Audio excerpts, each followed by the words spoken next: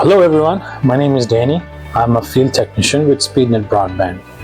Now that you have placed your order, you should be receiving your tracking number sometime this evening for the equipment that has been dispatched in the mail for you. Before the equipment arrives, we want to go ahead and share some information with you that are going to help you get this equipment installed at your earliest convenience. There are some do's and don'ts, there are steps we need to follow. I will go over those instructions in this video step by step, so stay tuned.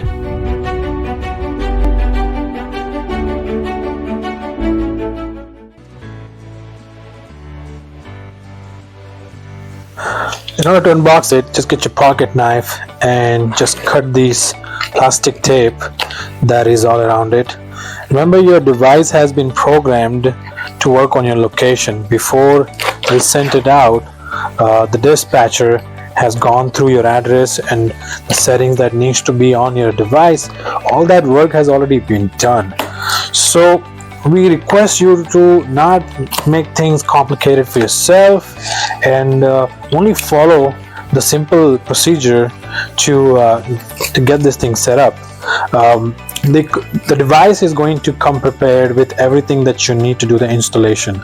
We'll go over how you can mount it, but this is just going to be unboxing the equipment and then testing the equipment over here on the ground. We don't want you to install the equipment outside before it has been tested on your location. Why we say that is because even though we have tested the entire equipment, you can see the whole thing is intact in a foam box, so everything's secure. Despite doing all this, 1 out of 100 orders gets, I guess, thrown by the USPS, FedEx, or USPS, and sometimes it doesn't make it to the customer the way it was intended to.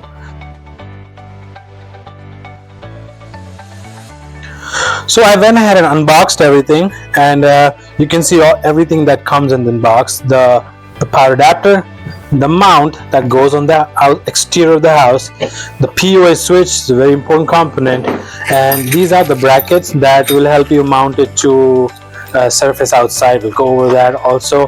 This is the Ethernet cable that you will need, and it's going to come with this package. Also, I'll go over how to use that, and this is the antenna itself. This is the port that is going to connect to the PoE switch, basically right here, to power it. And this port has lane port and PoE port. I'll explain you in just a second how to use this PoE switch. And this is the mount. The mount is the one that's pretty much going to go attach on the antenna here. We're going to put 2 screws here, and this is the plate that's going to either be mounted either on the side of the house or on the roof on an existing mount or any other structure that we can mount this to. I will cover that in just a second for you. And these are the clamps. Again, these are the ones that attaches to this piece over here, and you are able to mount it on the top. This is obviously the antenna. This is the piece that goes outside. It sits like this outside the house. It's weatherproof. It's been sealed. It's nice and snug over here. Tied is a gasket over here, so moisture does not go inside this one as long as this piece is tight. Once you're done with everything, I would suggest you just make sure this thing is tight as possible. No need to force it, but as long as you can, just with your hand, if it's tight enough, you don't need to worry anything about it. And this is the cable that's going to run from the exterior of the wall to inside the house. So that's that, and now let me go ahead and show you how we are going to do on the ground test, test on the ground to make sure the equipment is in good condition, because sometimes once in a while we get calls from customer who recently received a package from us, and they realize the equipment has not made it to them in a working condition, and to avoid any inconvenience that is caused because of the carrier issue, we want you to make sure we test this on the ground before we have to do any extra work on installing this outside. So all you do is you pick this cord, the one that powers the antenna, and then you connect the power source to it, and you connect it to a wall or a surge protector or something. And then this lane cable, the one that comes from the antenna to the interior of the house, you're going to connect this cable on the PoE port of this switch over here.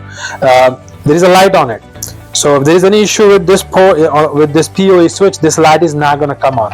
It's on right now, so we know so far so good.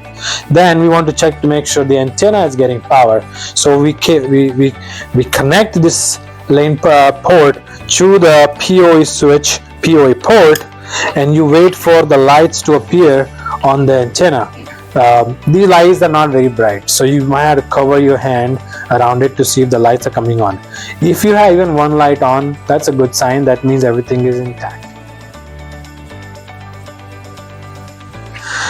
Next thing to check is to see if the Wi-Fi is showing up on your devices, and all you have to do is you pull up your phone, and on your phone, if you see a device with the name SpeedNet on it, this device has a router in it. It's not the strongest router. We still recommend you use your own router, or you can get one from our office, but this device is not a replacement for a Wi-Fi router. So please make sure you either have a router or you plan to get one, and if you don't want to use one, you can hardwire this device through this cable through the lane port. You can connect this either to your router, laptop, or computer. So you can connect this to that device, and you can check to see if you are getting internet.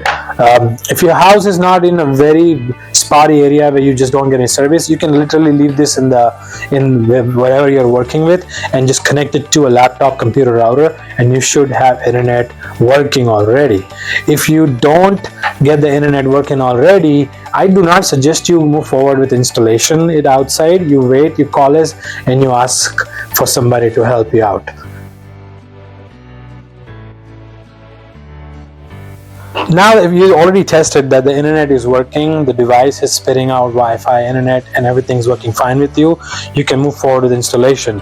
Before we do that, we can go ahead and start the mounting. To do that, let's go ahead and unplug it from the power source, unplug the lane port, and then unplug the PoE switch from the antenna, and let's go grab this metal plate over here, and the shorter part is going to go flush over here on the antenna, and we're going to use the screws that you'll get on one of these packages, and you just need a screwdriver to put this on. You don't need no power tool. I don't recommend you use a power tool to do this, because if you force it in, you might break the seal of the equipment, and it's really not going to be useful at that point. Just use your hands.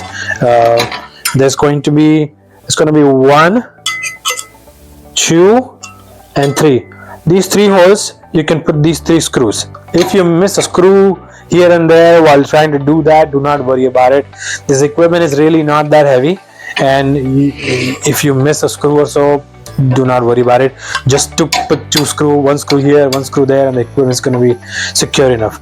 So I'm gonna put one on the far end on this device, and it's pretty simple. There's no rocket science there.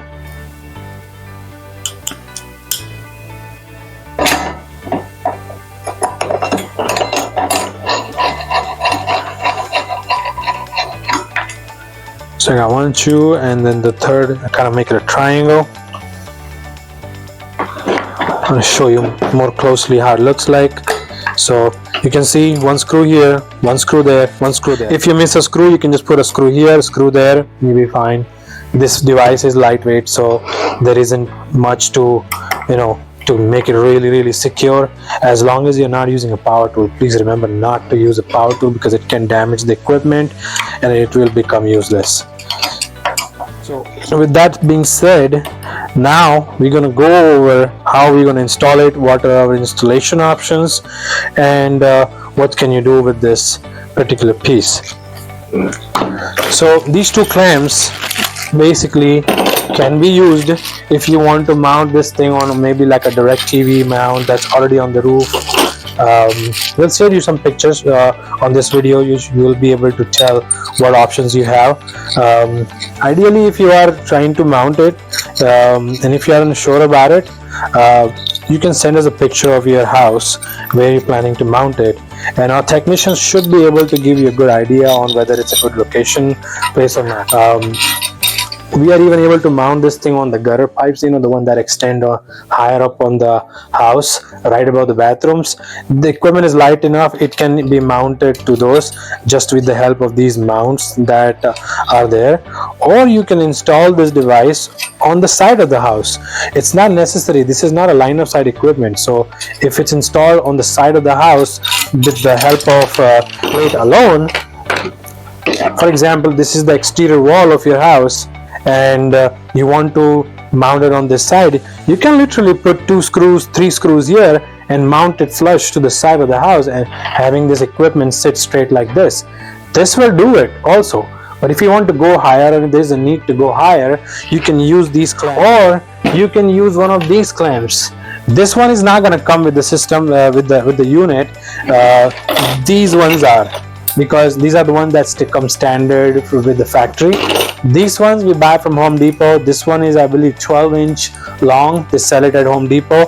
And if you want to use that and you mount it to an existing pole that is like a 2-inch pole or something, then you can just feed the clamp from here and here,